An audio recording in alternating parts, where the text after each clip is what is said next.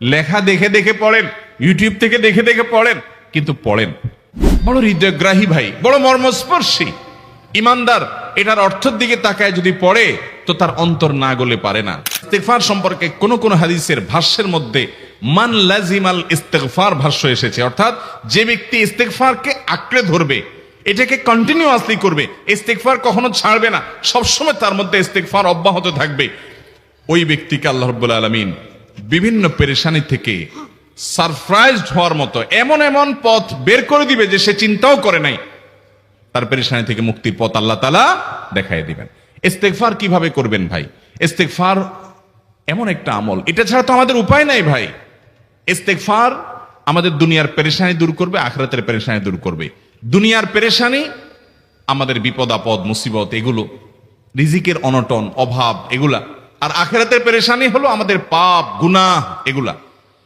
কোরআনে কারিমে আল্লাহ রাব্বুল আলামিন সূরা নূহের মধ্যে আল্লাহ নবী নূহ আলাইহিস সালাম তার সম্পর্কে বলছেন, ফাকুলতু ইস্তাগফিরু রাব্বাকুম ইন্নাহু কানা গাফফারা ইউরসিলিস সামাআ আলাইকুম মিদরারা ওয়া ইউমদিদুকুম বিআমওয়ালিন ওয়া বানিন ওয়া ইয়াজআল লাকুম জান্নাতিন ওয়া ইয়াজআল লাকুম আনহারা। তিনি বলেন, আমি বলেছি আমার জাতিকে তোমরা ইস্তেগফার কাছে ইস্তেগফারটা করতে থাকো। রুটি রুজি নাই, চাকরি নাই, ইনকাম নাই, ব্যবসা খারাপ যাচ্ছে, পেরেশানি হচ্ছে, ইস্তেগফার ধরো। কি হবে? ইন্নাহু কানা গাফফারা। যদি ইস্তেগফার করো, এক নম্বর লাভ হলো আল্লাহ মাফ করে দিবেন গুনাহ।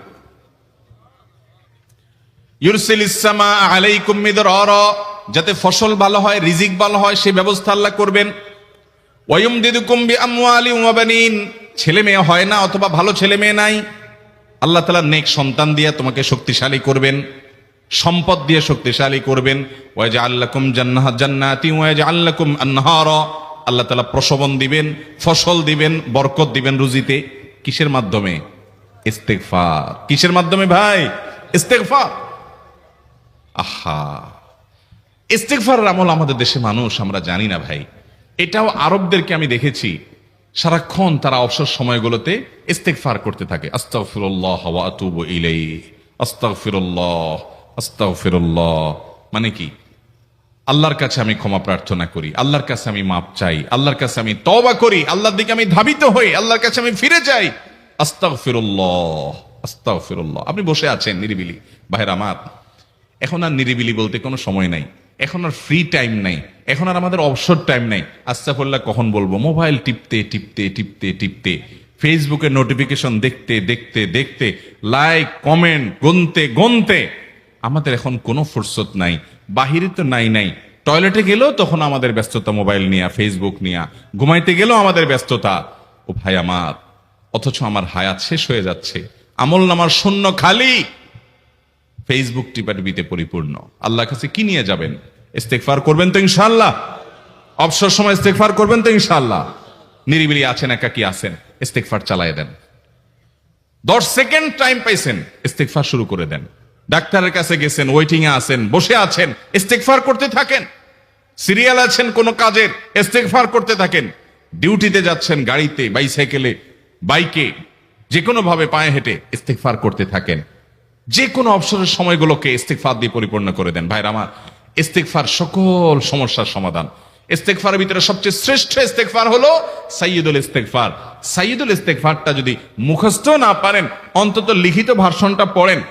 সাইয়্যিদুল ইস্তেগফারের যে অর্থ, এটার যে মর্ম, বড় হৃদয়গ্রাহী ভাই, বড় মর্মস্পর্শী। ইমানদার এটার অর্থের দিকে তাকায় যদি পড়ে তো তার অন্তর না গলে পারে না। আল্লাহুম্মা আনতা রব্বি, হে আল্লাহ আপনি আমার রব, আপনি আমার পালনকর্তা লাগেন, আপনার সাথে আমার এই সম্পর্ক, আমি আপনার গোলাম, আপনি আমার রব, এই সম্পর্কটা আপনার সাথে আছে। আল্লাহুম্মা আনতা রব্বি লা ইলাহা ইল্লা আন্ত, ও আল্লাহ আপনি ছাড়া আমার ইবাদত, আমার গোলামি, আমার দাসত্ব, উপাসনার উপযুক্ত আর কেউ নেই। আল্লাহুম্মা আনতা রব্বি লা ইলাহা ইল্লা আন্ত খালাকতানি, আপনি আমাকে সৃষ্টি করেছেন, ওয়া আনা আবদুক, আল্লাহ আমি আপনার গোলাম। দেখেন কিভাবে আল্লাহর সাথে সম্পর্কটার কথা বলা হচ্ছে মুহাব্বতের সাথে। খালাকতানি ওয়া আনা আবদুক, আল্লাহ আপনি আমাকে সৃষ্টি করেছেন আর আমি আপনার গোলাম। ওয়া আনা আলা আহদিকা ওয়া ওয়া'দিকা মাস্তাতা'তু, আল্লাহ আপনার সাথে যে অঙ্গীকার করেছিলাম, আলাস্তু বিরব্বিকুম, আপনি জিজ্ঞেস করেছেন, আলমে আরওয়াহাতে আমরা বলেছি বালা, হ্যাঁ আপনি আমার রব। আপনাকে রব হিসাবে স্বীকৃতি দিয়ে আপনার গোলামি করার যে অঙ্গীকার আমরা করেছি, কালিমাতুশ শাহাদা যে আমরা পাঠ করেছি, এই যে আপনার সাথে কৃত অঙ্গীকার, রব হিসাবে স্বীকৃতি দেওয়ার পর, গোলাম হিসাবে মেনে নেওয়ার পর, আমি আপনার যে গোলামি করার কথা ছিল, ওয়ানা আলা আহদিকা ওয়া ওয়াদিকা মাস্তাতাতু, যতটুকু পারছি আমি সে ওয়াদার উপরে থাকার চেষ্টা করছি আল্লাহ। ওয়ানা আলা আহদিকা ওয়া ওয়াদিকা মাস্তাতাত আবুউ লাকা বিনিআমাতিকা আলাই, আল্লাহ আমি স্বীকার করি আপনি আমার প্রতি অনেক নিয়ামত দিয়েছেন, অনেক নিয়ামত দিয়েছেন, এটা আমি স্বীকার করি। ওয়া আবুউ লাকা বিযামবি, আর আমি এও স্বীকার করি যে আল্লাহ অনেক অপরাধ, অনেক পাপ আমার দ্বারা হয়ে গেছে। ফাগফিরলি, অতএব আপনি আমাকে মাফ করে দেন। ফাইন্নাহু লা ইয়াগফিরুয যুনুবা ইল্লা আনতা, কারণ আপনি ছাড়া আর কেউ গুনাহ ক্ষমা করতে পারবে। ভাইরা আমার, অর্থের দিকে লক্ষ্য করে করে, মর্মটা বুঝে বুঝে একটু সাইয়্যিদুল ইস্তিগফার পড়েন, লেখা দেখে দেখে পড়েন, ইউটিউব থেকে দেখে দেখে পড়েন, কিন্তু পড়েন। আল্লাহুম্মা আনতা রাব্বি লা ইলাহা ইল্লা আনত খালাকতানি ওয়া আনা আবদুকা ওয়া আনা আলা আহদিকা ওয়া ওয়াদিকা মাস্তাতাতু আউযু বিকা মিন শাররি আবুউ লাকা বিনিআমাতিকা আলাইয়া ওয়া আবুউ লাকা বিযামবি ফাগফিরলি ফাইন্নাহু লা ইয়াগফিরুয যুনুবা ইল্লা আনতা। এটা হলো বড় ইস্তিগফার।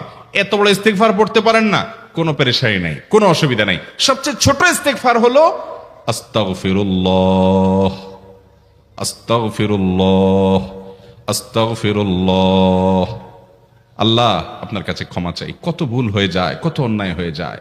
ভাইরা আমার, এটা হলো রিমুভার। ভুল করে কিছু লিখছেন, রিমুভ করে ফেলছেন, শেষ হয়ে গেছে।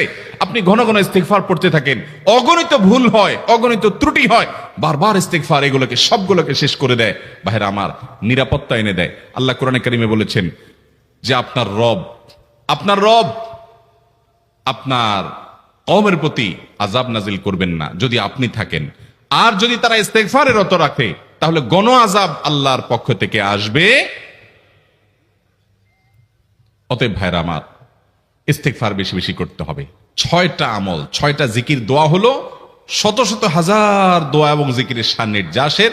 দ্বিতীয়টা হলো ইস্তিগফার।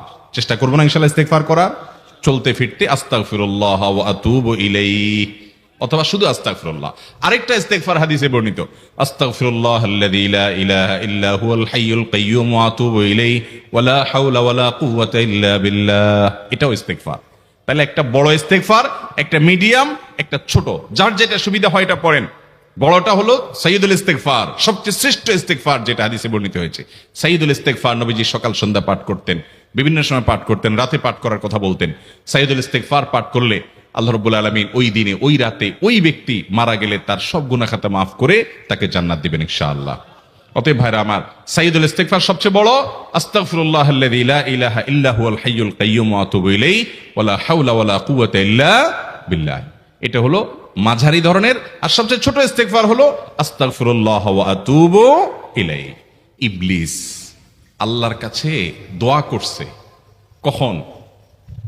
এমন সময় যখন আল্লাহ তাকে নির্দেশ করছে সিজদা করো। আদমের সম্মানে সেই নির্দেশ সে লঙ্ঘন করেছে, ডাইরেক্ট আল্লাহর সামনে সরাসরি লঙ্ঘন, সরাসরি বিদ্রোহ। আপনার সামনে আপনার ছেলে, আপনার কর্মচারী, আপনার কাজের লোক ডাইরেক্ট যদি একটা জিনিস বলে পারবো না, কি পরিমাণ মেজাজ আপনার গরম হবে চিন্তা করেন। অথচ আপনিও মানুষ, সেও মানুষ, আর আল্লাহ হলেন সৃষ্টিকর্তা, এ হলো সৃষ্টি। সে যুক্তি দেখায়, খালাকতানি মিন নার ওয়া খালাকতাহু মিন তিন, আমারে আগুন থেকে তৈরি করছেন, তারে মাটি থেকে তৈরি করছেন, আমি কেন তারে সিজদা করব? তর্ক যুক্তি হাজির করে আল্লাহর নির্দেশকে আল্লাহর সামনে লঙ্ঘন করেছে। কত ডেঞ্জারাস সিচুয়েশন বুঝেন, কি পরিমাণ রাগ আল্লাহ রাব্বুল আলামিন হওয়ার কথা। তার তো গুণবাচক নাম শুধু রহমান রহিম না, তার গুণবাচক নাম আছে কি?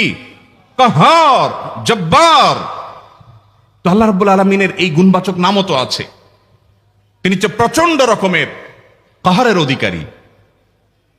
তো আল্লাহর সামনে ডাইরেক্ট তার আদেশকে লঙ্ঘন করেছে, হঠকারিতা দেখিয়েছে, অহংকার করেছে, দম্ভ দেখিয়েছে, এত বড় বেয়াদবি করেছে। ওই টাইমে আল্লাহ তাআলা তো রাগ হওয়ার কথা। ওই রাগের সময়, ওই কঠিন সময় ইবলিস যখন আল্লাহ তাকে বললেন যাও ফাখরুজ মিনহা ফাইন্নাকা রাজিম, জান্নাত থেকে বের হও, তুমি বিতাড়িত। আল্লাহ রাগ হয়ে তাকে জান্নাত থেকে বের করে দিলেন। ভাইরা আমার, এই রকম সময় পর্যন্ত ইবলিস দোয়া করে বসছে। কি দোয়া করছে? রব্বি আনজিরনি ইলা ইয়াউমি ইউবআসুন, আল্লাহ আমাকে সুযোগ দেন, কিয়ামত পর্যন্ত হায়াতটা দেন আমারে। দোয়া করে বসছে। কিন্তু আল্লাহ তাআলা কি করছেন? আল্লাহ বলছেন, তো বড় সাহস তোর, বেটা মাত্র সিজদা করতে বলছেন, করলি না, কমবখত, আবার দোয়া করস। আল্লাহ সেটা বলেন নাই। আল্লাহ কি করছেন? ইন্নাকা মিনাল মুনজারিন, যাও, তোমাকে সুযোগ দেয়া হলো। সুবহানাল্লাহ।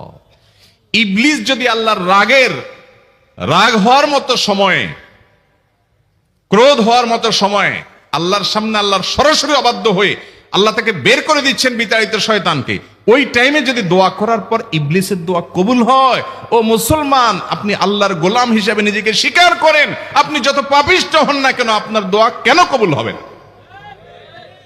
আল্লাহর কাছে দোয়া করবো না ইনশাআল্লাহ? ইবলিসই আমাদেরকে বুঝায়, ফুসলায়, তুই কোন মুখে দোয়া করবি আল্লাহর কাছে? তোর নামাজের ঠিক নাই, তোর ইবাদতের ঠিক নাই, এত আকাম কুকাম করস ফেসবুকে, ইউটিউবে, তোর মতো 2 নম্বর একটা মানুষ, কোন মুখে আল্লাহর কাছে দোয়া করবি? থাক, দোয়া করিস না, আমি কেমনে এই মুখ নিয়ে দোয়া করবি? এটা যখন আপনার মনের ভিতরে আসে, তখন বুঝবেন যে মিস্টার ইবলিস অ্যাক্টিভ হয়ে গেছে আপনার শরীরে। কথা কি বুঝাতে পারছি? আল্লাহর কাছে দোয়া করবেন তো ইনশাআল্লাহ?